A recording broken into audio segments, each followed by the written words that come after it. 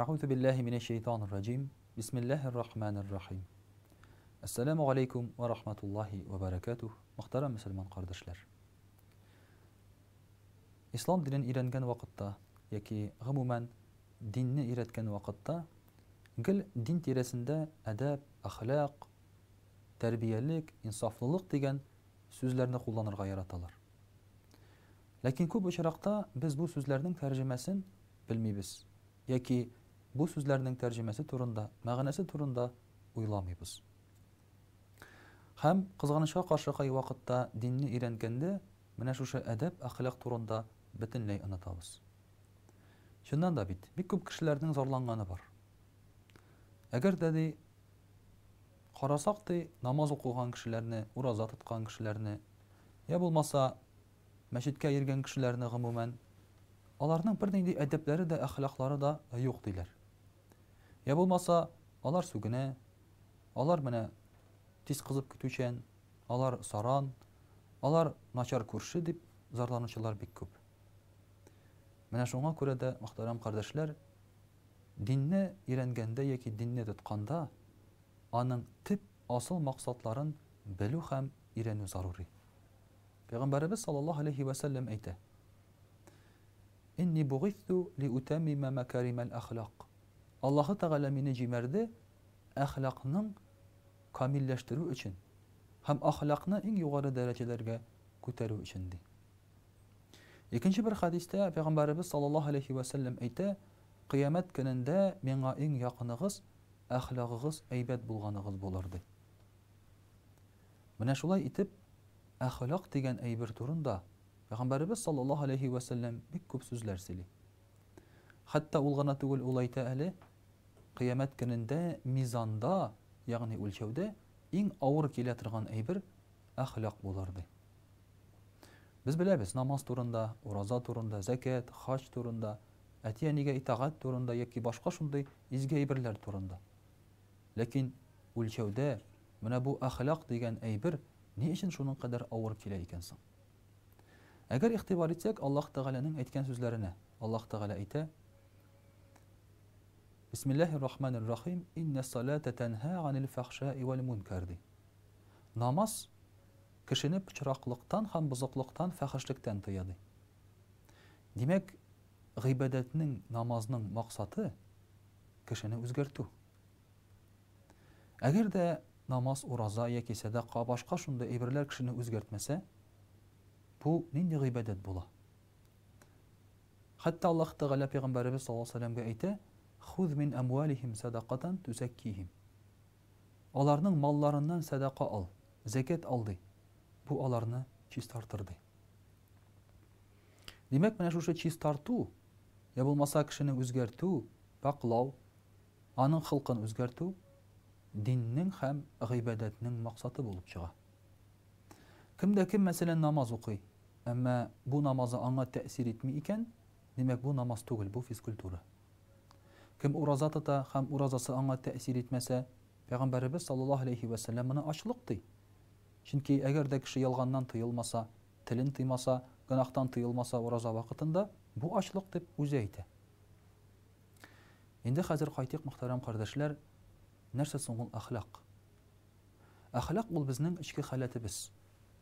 Мәсәлән, кешенең тышкы якка, я булмаса тышкы дөньяга, тышкы мөхиткә һәм дә инде шушы башка кешеләргә булган мөнәсәбәтен формалаштыручы бер әйбер. Мәсәлән, без бер кешене карыйбыз да, аны яратабызмы, яратмыйбызмы? Аңа нәфрәт уяна яки уянмыймы? Я булмаса ул сорап килгәндә берәр нәрсәне без аңа бирәбезме, юкмы? Без нәрсә белән идарә ителәбез бу вакытта? Идарә ителәбез нәкъ әхлак белән. Кешенең әхлак дигән нәрсә ул хылкы, аның натурасы.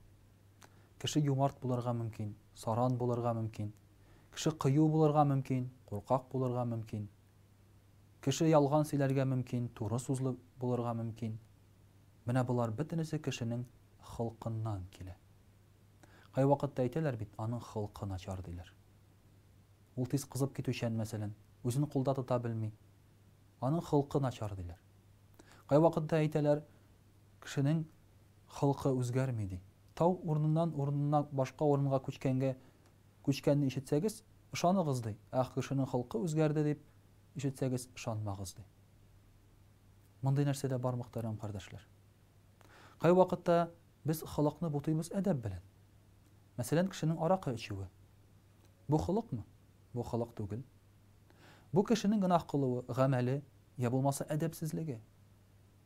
Ә менә инде шушы аракы эчкәннән соң аның ачыла торган бер ягы монсы холык. Холыктан килә.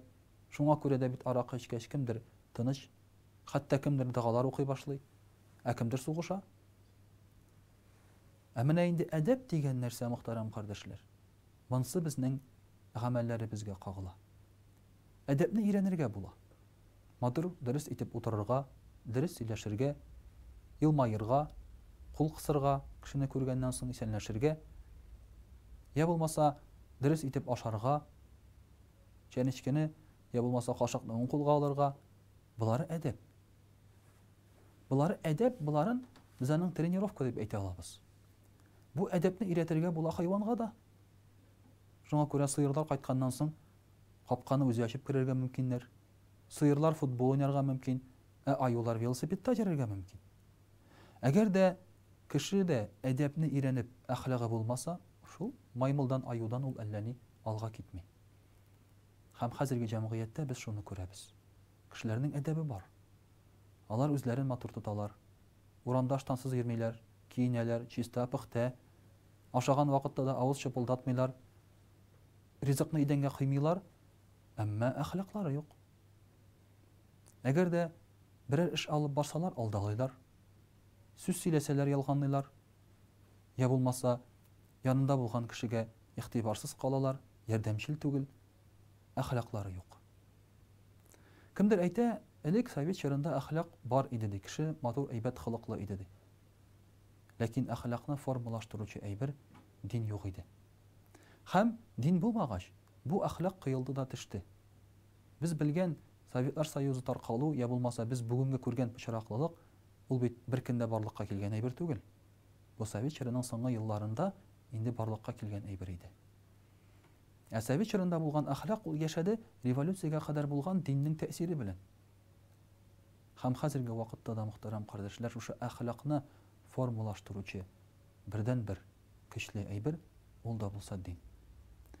Әмма без әйтеп киткән идек, кай вакытта дини кешеләрдә дә әхлакны күрмәскә мөмкин без. Кай вакытта әдәпне дә күрмәскә мөмкин без дини кешеләрдә.